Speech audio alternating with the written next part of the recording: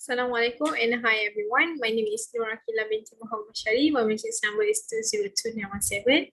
Today I'm going to record a video about one process safety incident that I've chose, which is the Canada Ocean Ranges disaster in 1982. On Valentine's Day 1982, most of the 84 crew of the oil exploration or drilling rig Ocean Ranger would be thinking of loved ones far away on the mainland. The platform was in the Atlantic, over 260 kilometers from St. John's, drilling exploratory wells in the Iberia oil field for Mobil Oil. The Ocean Ranger was a self-propelled semi-submersible rig, meaning it floated on giant ballasted pontoons 74 meters below the surface with a series of pumps and valves and control modules to adjust to sea conditions. It also had 12 huge 20-ton anchors because it did not float on the surface, and the stabilization system, it was relatively stable in rough seas. Launched in 1976, it was the biggest of its kind of that time, 131 meters long by 80 meters wide and 103 meters tall.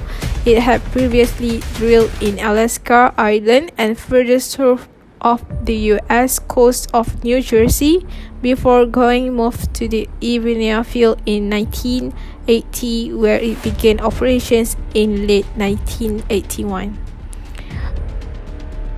Early on the 14th, the rig got word of a winter storm coming later in the day with near hurricane force winds and waves up to 11 meters. In the late afternoon, the rig pulled out its reel and prepared for the storm.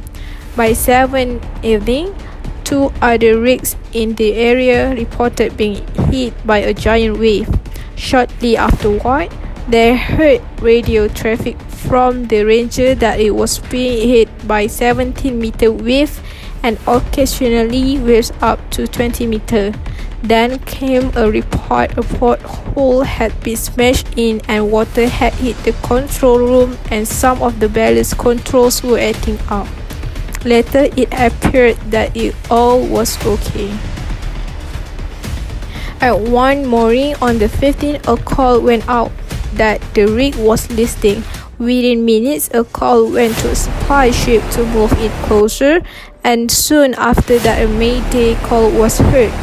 At 1:30, the last call came from the Ranger that crew were taking to lifeboats. The supply ships from 2 other rigs were also dispatched and tried to reach the area, but headway was extremely difficult in the massive waves that the black of night. At 2:21, one supply vessel spotted flares and moved toward a lifeboat with men in it, but as they got aligned to it, the heavy wave caused the line to snap and overturned the boat into the freezing Atlantic. None were rescued. At 2:45, another rescue ship saw the Ranger listing heavily with waves breaking over the deck, which would normally have been high above the water. There appeared to be no one aboard and all lifeboats gone. Searching through the night and next day, vessels found 2 lifeboats and some of the inflatable life raft, but with no one aboard. Later, another ship found a lifeboat with bodies inside but was unable to recover it. It was never seen again. A rescue helicopter also arrived on scene, but by then all crew were already likely dead. At 3, the damaged Ocean Ranger, battered by the violent seas, turned and sank. As the search continued, eventually 22 bodies were recovered. Autopsies revealed death was from drowning or having succumbed to hypothermia in the frigid ocean. A Royal Commission investigation was begun in 1982 to find the cause of the sinking and why none of the crew survived in spite of at least some apparently leaving the rig successfully. The investigation later found design flaws in the rig and a lack of training of the crew for emergency involving the ballast control system. The life-saving equipment was judged inadequate. The result of the inquiry was a change in the design and safety features of ocean rigs and in safety equipment and in training. But even after the disaster, the rig still proved deadly. The sunken platform lay on the bottom at a depth of 90 meters upside down so that a portion of it was only 30 meters from the surface and considered a shipping hazard. In June 1983, two divers sent down to prepare for movement to deeper water later died, bringing the death toll to 86.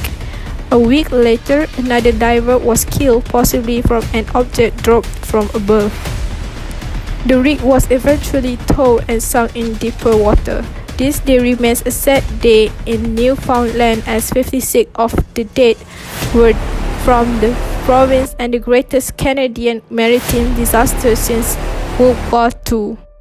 The dangers of ocean drilling were once again seen when a helicopter flying crew out to another rig crashed in the ocean in March 2009 with a loss of 17 of the 18 on board.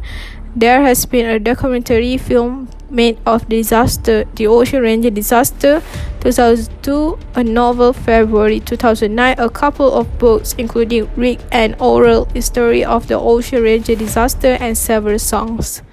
So the causes of Ocean Ranger's disaster in 1982 is when the crew took the wrong steps when the storm in the Ivonia oil field on Newfoundland's Grand Banks knocked out the rig spotlight and seawater flooded its ballast control panel. The loss of the Ocean Ranger was caused by a chain of events which resulted from the coincidence of severe storm conditions, design inadequacy, and lack of knowledgeable human intervention.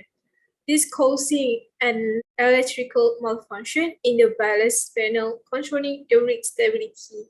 Once the rig began to lease, the crew's attempts to pump water out of its ballast tanks were actually this increased the forward lease, the absence of an evacuation system, and the lack of survival suits once they abandoned the rig.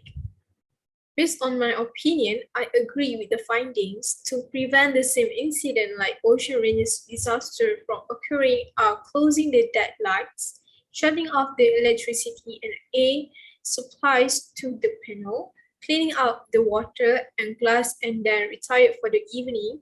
The Ocean Ranger and its crew would have survived the storm that night. Adopting and following a proper and prudent operational practice also will prevent the first link in the chain of events to be forged. I think that's all for this video, and hope you guys gain new knowledge. Thank you.